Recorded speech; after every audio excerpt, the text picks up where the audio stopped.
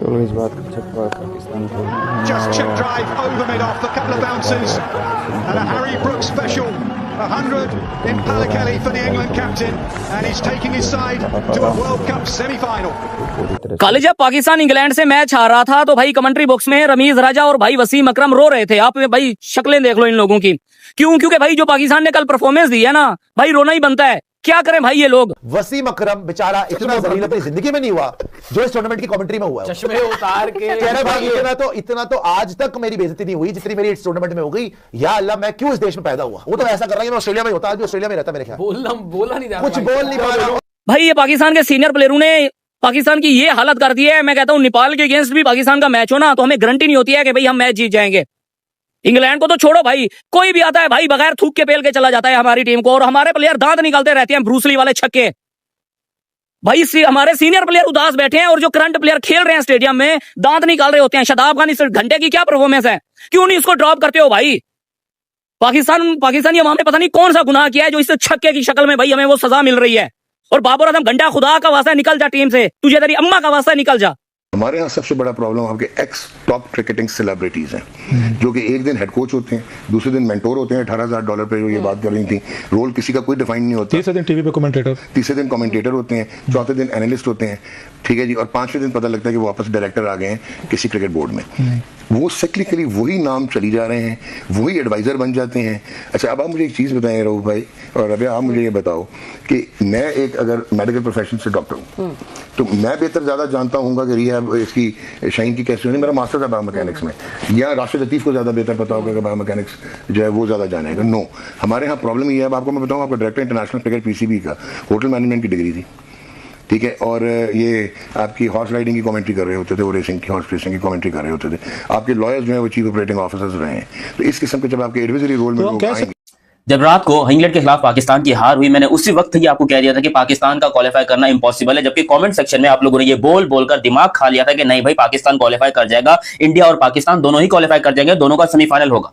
सारा सेमीफाइनल गया, सारा पाकिस्तान का प्लान गया और सारा इंडिया का भी प्लान गया, क्योंकि अब इंडिया जो मौका ढूंढ रहा था कि वो पाकिस्तान को फिर से फेस करेगा ना, तो वो आ रही सीधी बात है। और उनका तो खैर अभी भी चांस ज्यादा है क्योंकि इंडिया अपने सारे मैचेस जीते, साउथ अफ्रीका अपने सारे मैचेस जीते, India will qualify for the semifinals. But Pakistan के लिए इस टाइम पे सिचुएशन बहुत गंदी बन चुकी है, क्योंकि जिस नेट रन रेट से श्रीलंका को न्यूजीलैंड ने हराया है वो बहुत इंपॉसिबल। और न्यूजीलैंड की बैटिंग लाइनअप जब 76 पे 6 हो गए थे इनके, उसके बाद 168 तक लेके जाना, मिचेल सेंटनर की ऐसी बैटिंग करना, वो भी ऐसी क्रंच सिचुएशन में, वहां पर पता चला कि भाई कप्तान किस तरीके से होना चाहिए। और कप्तान जब फ्रंट से लीड करता है टीम को तो फिर टीम आपकी कैसे जीत की तरफ जाती है। आज के मैच के अंदर श्रीलंकन क्रिकेट टीम जो कि पाकिस्तान की बहुत अच्छी दोस्त बनी हुई थी, और अगर श्रीलंका जीत जाता तो पाकिस्तान के पास गोल्डन अपॉर्चुनिटी थी सेमीफाइनल्स के लिए क्वालिफाई करने की, लेकिन अब वो अपॉर्चुनिटी भी नहीं रही और पाकिस्तान भी अब ऑलमोस्ट नहीं रहा, क्योंकि पाकिस्तान कभी भी श्रीलंका को 100 रन से या 150 रन से तो हरा नहीं सकता। हमारा नेट रन रेट ऑलरेडी इतना नीचे गिर चुका है कि हम इस टाइम के ऊपर वर्ल्ड कप से तकरीबन ही आउट है। तो क्रिकेट भी अपनी तबाही उम्र की तरफ जा रही है। और उसके साथ मैं ऐड करता जाऊं कि क्रिकेट को ब्लेम किया जाता है कि इतना ग्लैमराइज किया गया, इतना पैसा डाला गया कि बाकी सारे खेलों को ये खा गए, इस कौम को और कोई काम ही नहीं है हमारे सिवा क्रिकेट के। हॉकी गई, कबड्डी गई, फुटबॉल गई, वॉलीबॉल, मतलब नेम है नहीं जो भी था। तो यह एक वहद आपकी क्रिकेट बात की, तो क्रिकेट भी माशाल्लाह लगता है कि अपने इसमें दो चीज़ें हैं।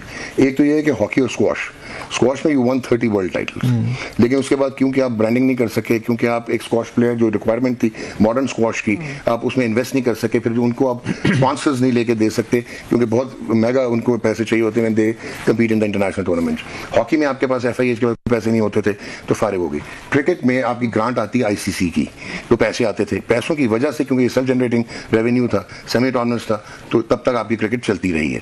प्रॉब्लम क्या आ रही है कि अब इनको ये रियलाइजेशन नहीं हो रही कि यार ये आके जवेद के पंखे लगाने से, पिचेस बनाने से, मैच जीतने से, या अब्दुल रज़ाक से स्ट्राइक फोर्स बनाने से आप टीम नहीं आगे कम्पीट कर सकेंगे। इंटरनेशनल क्रिकेट पोलराइज हो गई है, जिसमें India, England, Australia, New Zealand and to some extent जो है साउथ अफ्रीका, ये डिफरेंट टीम्स हैं। ये सिचुएशंस के मुताबिक खेलती हैं, सुपर फिटनेस पे खेलती हैं, माइंडसेट के साथ खेलती हैं और प्रोग्रेसिव प्रोसेस ड्रिवन खेलती हैं।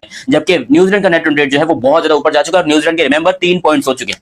अगर न्यूजीलैंड इंग्लैंड को हराता है तो फिर पाकिस्तान का तो सिनेरियो नहीं बन रहा, फिर तो न्यूजीलैंड डायरेक्टली 5 पॉइंट्स के साथ क्वालिफाई कर जाएगा फॉर द सेमीफाइनल्स। बट अगर फर्ज करो इंग्लैंड न्यूजीलैंड को भी हरा देता है, ठीक है, और न्यूजीलैंड के 3 ही पॉइंट्स रहते हैं, बिकॉज आज वाला मैच जब न्यूजीलैंड ने जीता इनके 3 पॉइंट्स हो गए, बट इनका नेट रन रेट इतना ज्यादा है कि आप जो है वो तसव्वुर भी नहीं कर सकते इनके साथ आप मैच करेंगे। अब मुझे बताइए, ठीक है, पहले आपने चैनल सब्सक्राइब किया तो पहले चैनल सब्सक्राइब करो और वीडियो को लाइक करो, जरा डिस्कस करते हैं, डिटेल आपको बता दूं कि क्या सिनेरियो बन रहा है, क्योंकि यहाँ पर हम बैठकर इंडियन सिनेरियो के ऊपर बात कर रहे थे कि क्वालिफाई होगा, इंडिया बाहर हो जाएगा, इंडिया ये कर लेगा, और हमारी खुद की टीम इस टाइम के ऊपर बाहर होने की कगार पर आ चुकी है। चुके हैं। अनफॉर्चुनेटली ये हमारा बहुत बड़ा मसला है कि हम अपनी क्रिकेट पे ध्यान नहीं दे रहे, और क्योंकि इंडिया क्वालिफाई कर रहा है या नहीं कर रहा उसके ऊपर हम लोग ज्यादा ध्यान दे रहे हैं। तो वो तो क्वालिफाई कर रहे हैं, उनका ऑलमोस्ट डन है। और जब इंडिया के बारे में हमने ऐसी वीडियोस बनाई थी, इस तरह की बहुत सारी पाकिस्तान में बातें हुई थी, उस वक्त भी उनके जो कमेंटेटर्स थे वो यही कह रहे थे कि पाकिस्तान को अपना देखना चाहिए कि वो खुद क्वालिफाई कर पाते हैं या नहीं कर पाते, क्योंकि पाकिस्तान ऑलमोस्ट इस टाइम पे वर्ल्ड कप से बाहर हो चुका है। सिनेरियो की बात करेंगे तो न्यूजीलैंड का नेट रन रेट जो है वो बहुत ही ऊपर जा चुका है, लिटरली अब उसको मैच करना इंपॉसिबल है। पाकिस्तान को कोई 150 रन से श्रीलंका को हराना पड़ेगा, और आपको पता है कि हमारी बैटिंग इस टाइम पे इतनी कोलैप्स कर रही है कि हम 150 करना भी इंपॉसिबल है, तो 150 रन से हराना तो आप छोड़ ही दो पाकिस्तान के लिए।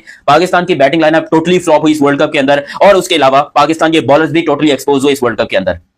श्रीलंकन क्रिकेट टीम जो कि अपना एक भी मैच नहीं जीती है, अब पाकिस्तान अगर इनको हरा भी लेता है तो पाकिस्तान के भी 3 पॉइंट्स हो जाएंगे, और न्यूजीलैंड अगर इंग्लैंड से हार भी जाता है तो न्यूजीलैंड के 3 पॉइंट्स होंगे। बट नेट रन रेट के हिसाब से न्यूजीलैंड बहुत ज्यादा आगे जा चुका है पाकिस्तान से।